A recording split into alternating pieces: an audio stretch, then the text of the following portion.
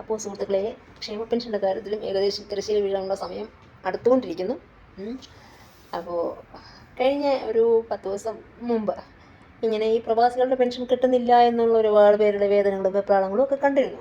അപ്പോൾ അതിനെ സംബന്ധിച്ച് ഒരു അന്വേഷണം നടത്തിയപ്പോഴാണ് കാണാൻ കഴിഞ്ഞത് സഹകരണ കൺസോർഷ്യം എന്ന് പറഞ്ഞൊരു വകുപ്പ് ഈ സർക്കാർ വന്നിട്ട് വിട്ടതായിട്ട്. സംഭവം എന്താണെന്ന് വെച്ചാൽ, സഹകരണ സ്ഥാപനങ്ങളുടെ ഒരു കൂട്ടായ്മയാണ്, ഫണ്ട് സമാഹരണമായിട്ട് ബന്ധപ്പെട്ടുള്ളൊരു യൂണിറ്റാണത്.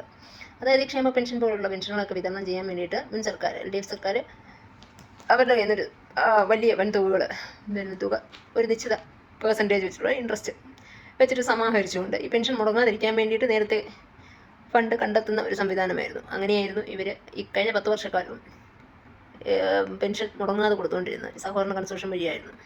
അതിൽ നിന്ന് ഫണ്ട് കണ്ടെത്തിയിട്ട് തന്നെയായിരുന്നു ചെയ്തുകൊണ്ടിരുന്നത്. അപ്പോൾ ആ സംഭവം നമ്മുടെ VD സതീശൻ സർക്കാർ വന്നിട്ട് ആ സംഭവം കഴിഞ്ഞ ജൂലൈ 22-ാം തീയതി അതങ്ങ് മരവിപ്പിച്ചു, ഇത് വേണ്ടെന്ന് വെച്ചു. അപ്പോൾ അന്നേരം നമുക്ക് മണം അടിച്ചു തുടങ്ങിയതാണ് സംഭവം. അപ്പോൾ നമ്മുടെ DBT മുഖേനയാണല്ലോ ഇനിയിപ്പം ചെയ്യുന്നത്, പെൻഷൻ കൊടുക്കുന്നത്. അതപ്പോൾ കേന്ദ്രത്തിൻ്റെ കണ്ടുപഠിക്കുന്നതാണെന്നാണ് എൻ്റെ ഒരു തോന്നൽ.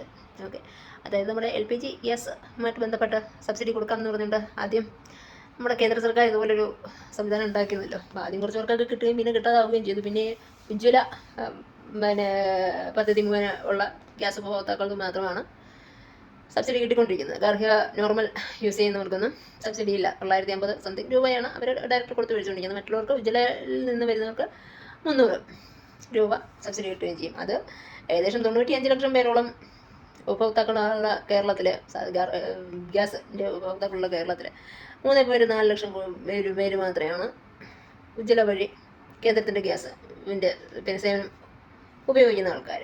അപ്പോൾ അത് ഇത്ര വരുമെന്നുള്ളത് നമുക്കറിയാവുന്ന കാര്യമാണ്. അതുപോലെ തന്നെ 62 ലക്ഷം പേർക്കാണ് സർക്കാർ പെൻഷൻ നൽകിക്കൊണ്ടിരുന്നത്.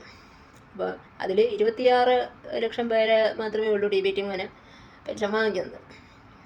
ബാക്കിയുള്ള അത്രയും പേരും സഹകരണ സ്ഥാപനങ്ങൾ വഴി അവർ കൊണ്ടു കൊടുക്കുകയൊക്കെയാണ് ചെയ്തുകൊണ്ടിരുന്നത്. അപ്പോൾ ഇനിയിപ്പോൾ അവർക്കെല്ലാം ബാങ്ക് അക്കൗണ്ട് എടുക്കേണ്ടതായിട്ട് വരും. സീറോ ബാലൻസ് ആയാലും അക്കൗണ്ട് എടുക്കേണ്ടതായിട്ട് KYC പൂർത്തീകരിക്കേണ്ടതായിട്ടും വരും. അപ്പം അതിനുള്ള കിടപ്പ് ഭിന്നശേഷിക്കാരായാലും ഒക്കെ അതിനുള്ള സാക്രിഫൈസ് ഒക്കെ ചെയ്യണം.